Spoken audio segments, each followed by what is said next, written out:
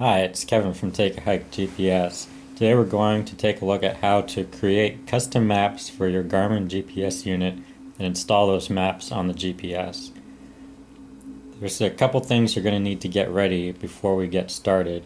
Obviously, you're going to need a compatible Garmin GPS unit, and if you're watching this video on YouTube, you can go ahead and click on the link in the description box of the video to see a list of compatible GPS units. In this case, I'm using the Garmin Dakota 10 GPS, and I've connected it to the computer with the USB cable and turned it on. So you'll want to go ahead and do all of that before we get started, and make sure the software on that unit is up to date as well. Another thing you'll need is the Google Earth software program, which you can download from the Google website. Just click on that blue button you see here to download it, and then install that program on your computer.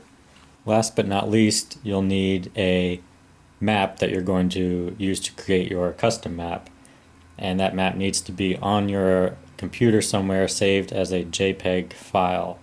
In my case, I took a trail map from a local city park, scanned it, and saved it on my computer as a JPEG file. If your map is in digital format, you'll need to convert that format to a JPEG file before we get started.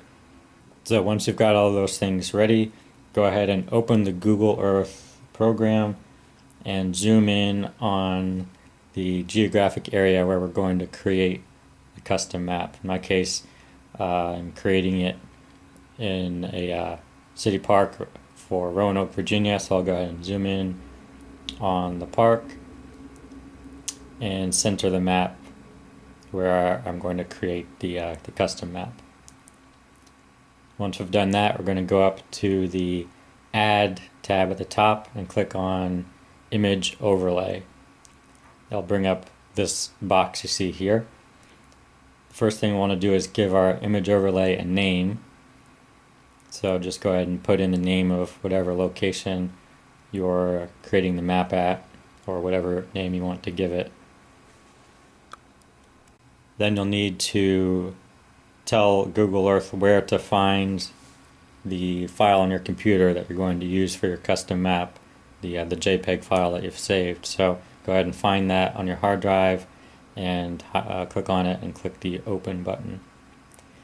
Don't worry about putting in a description for your map, and don't worry about the View tab.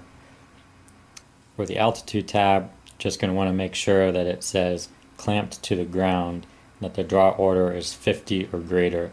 That way when you put the map on your Garmin GPS, it will go on top of the Garmin map that's on there. For the Location tab, if you know the location of your custom map, you can enter the latitude and longitude lines that define the north, south, east, and west boundaries of the map. However, if you don't know the location, you're going to have to adjust the map on the screen so that it overlays the appropriate terrain. You'll want to just slide that bar you see there to the left so that you can see through your JPEG file there and see the underlying terrain, and then use the green lines that you see around the corners of the map to adjust its size and its location on the Google Earth satellite image so that it is over the appropriate ground. Just basically pick a couple of terrain features that are prominent on the map and line them up with the underlying terrain features that you see on the Google Earth satellite image. The closer you can get the JPEG image to the Google Earth satellite image, the more accurate the map is going to be. So take some time to do this carefully. When you're all done with that process, you should have the image perfectly aligned with the Google Earth satellite image so that it's covering the exact ground that you want it to. At that point, you can go ahead and save your work by clicking the OK button, and then you'll be able to see that file that you just created on the left side of your screen. Go ahead and right click on that file to save the map to your GPS. When you right click on it, just select the option to save place as,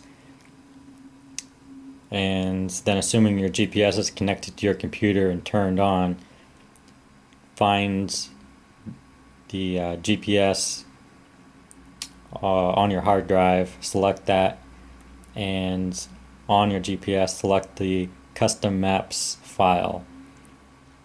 That's where you're going to want to save the file, and save it there as a KMZ file. I've already saved it, as you can see, so I won't save it again, but in your case you'll just want to click the save button at the bottom of the screen to save that file on your GPS. Once you've put the map file on your GPS, assuming you did everything correctly, you should be able to go to your map setup page and activate the map. This process will be a little different depending on what kind of GPS unit you have. Like I said, I'm doing this on the Garmin Dakota 10, and in this case we just go to the map information, select map option, and we can see the custom map that we've just created and see that it is enabled. And you can either enable it or disable it with that menu there. So once we've enabled it, we can go back to our map page and view that on the map.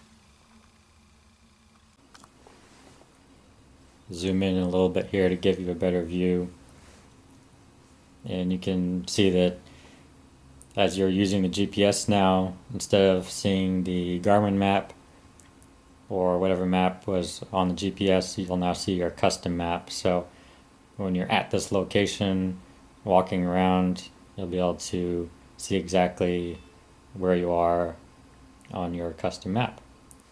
Now when you create your first custom map, I recommend starting with something simple, covering a small area like a local city park, as I did, or something of that nature, and from there you can experiment with other types of maps and maps in digital form. There's a very wide variety of places you can get maps to turn into custom maps, and again, if you're watching this on YouTube, go ahead and click the link in the description box of the video to visit my blog and see links to a variety of sources where you can get maps in digital format and other resources for getting help with Garmin custom maps.